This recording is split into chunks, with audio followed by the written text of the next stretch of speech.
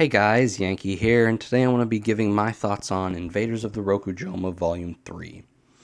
Now, in the first volume, we're just really quickly introduced to all the characters. In the second volume, we're given a bit more time with them to sort of get a feel for who they are. And now, starting in this volume, we start to get sort of a focus on a specific character. And the character that this volume really focuses on is Sanae, the ghost who had been haunting the apartment that sort of everyone's fighting over now, who isn't on the cover. She was actually on the cover of Volume 2. But yeah, so this volume, a pretty good chunk of it focuses on sort of how the situation has affected her, because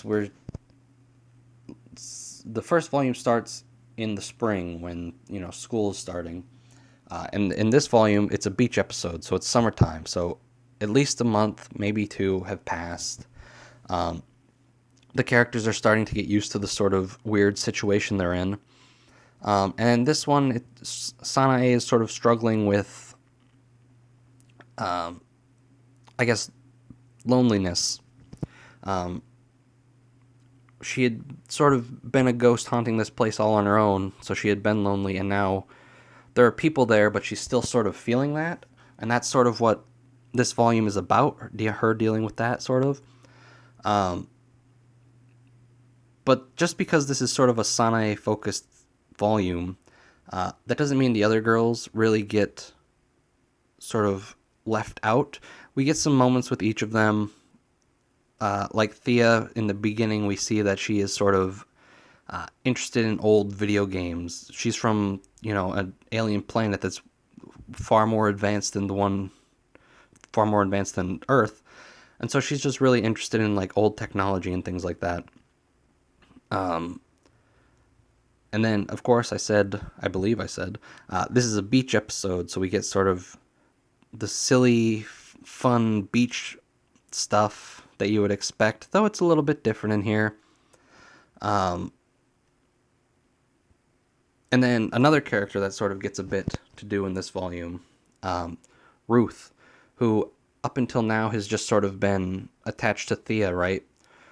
She's Thea's attendant, so they're sort of like a pair, but in this one we get to see a little bit more of her, and she's starting to sort of become her own character as well. And this is also the first volume where we've got a real villain. The first volume was just sort of anarchy, I guess. Everyone showing up to the apartment and fighting.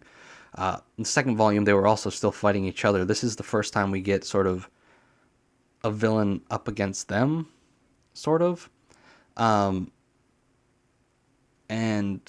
I don't really care for the villains in this volume. It's sort of a silly volume, right? We get the beach stuff, and then the villains are sort of, they're dumb. They're goofy and silly.